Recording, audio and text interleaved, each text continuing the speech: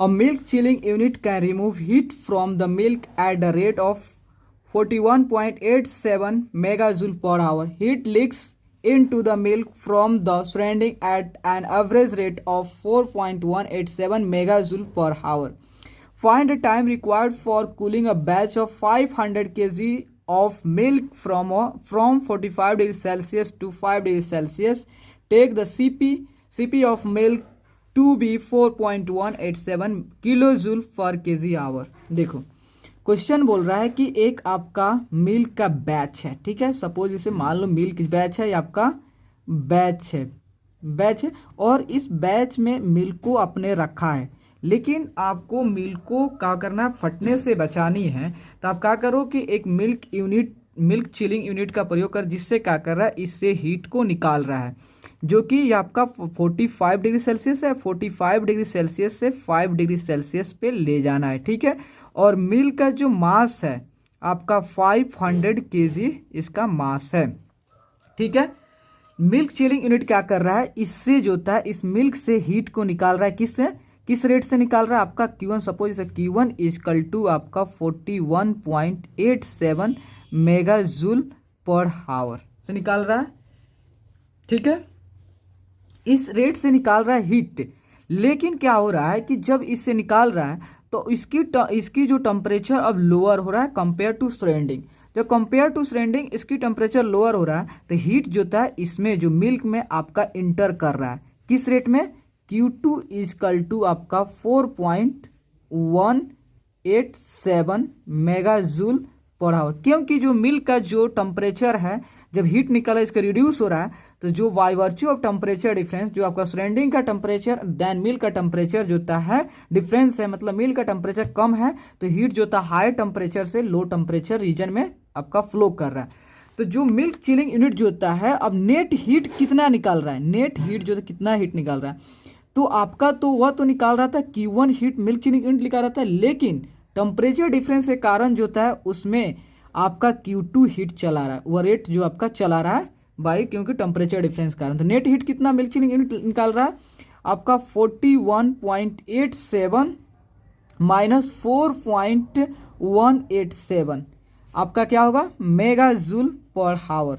जब आप इसे सॉल्व करोगे तो आपका होगा 37.683 जो आपका मेगा जूल पर आवर के रेट से नेट हीट जो होता है। अब मिल्क चिलिंग यूनिट जो होता है नेट हीट सिस्टम से किस रेट में निकाल रहा है, 37.683 मेगा जूल के रेट से आपका नेट हीट जो होता है आपका मिल्क चिलिंग यूनिट निकाल रहा है, ठीक है। तो इतना जो होता है, अगर हम मेगा जूल, लेकिन इसको सारे यूनिट किलो जूल में लिखा हो तो इसको किलो जूल में कन्वर्ट करने के लिए हम क्या करेंगे, इसको 10⁻³ से मल्टीप्लाई कर देंगे, देन ये आपका क्या चीज होगा, किलो जूल पर आवर में। तो कितना हो जाएगा आपका 37.683 किलो जूल पर आवर, ठीक है।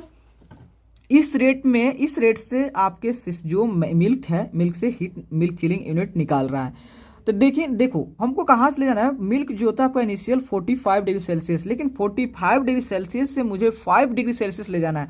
तो टोटल हीट उस जो होता है 45 डिग्री सेल्सियस से 5 डिग्री सेल्सियस ले जाने में कितना हीट निकलेगा, निकलेगा हीट। तो टोटल हीट जो होता है आपका, टोटल हीट कितना निकलेगा, तो हीट का फॉर्मूला होता है mCp इंटू डेल टी। आपका m जो होता है मास ऑफ द मिल्क, मास कितना है आपका 500 kg, Cp कितना है आपका 4.187 है, इनटू डेल टी कितना है आपका final minus initial, 5 degree Celsius final है और इनिशियल आपका 45 डिग्री सेल्सियस। जब आप इसे सॉल्व करोगे तो आपका आएगा 83,740 किलो जूल नेगेटिव क्यों, क्योंकि जो होता है आप जो होता है मिल्क से क्या कर रहे हो, हीट को निकाल रहे हो, 45 डिग्री सेल्सियस से 5 डिग्री सेल्सियस जो होता है मिल्क से हीट रिजेक्ट हो रहा है, तो रिजेक्शन का साइन जो होता है नेगेटिव साइन से जनरेट करते हैं, ठीक है। ओके, तो उसके बाद मुझसे पूछ रहा है टाइम बताओ। देखो टाइम निकालने के लिए फॉर्मूला होता है आपका total heat by rate of heat होता है, total heat by rate of heat. आपका टोटल हीट कितना आपका 83,740 बाय, और रेट ऑफ हीट कितना है 37,683। जब आप इसे सॉल्व करोगे तो आपका आएगा 20 जो तो आपका कितना आएगा 2.22 हावर, इतना हावर लगेगा आपको मिल्क चिलिंग यूनिट को इतना हावर लगा उससे 45 डिग्री सेल्सियस से 5 डिग्री सेल्सियस ले जाने में।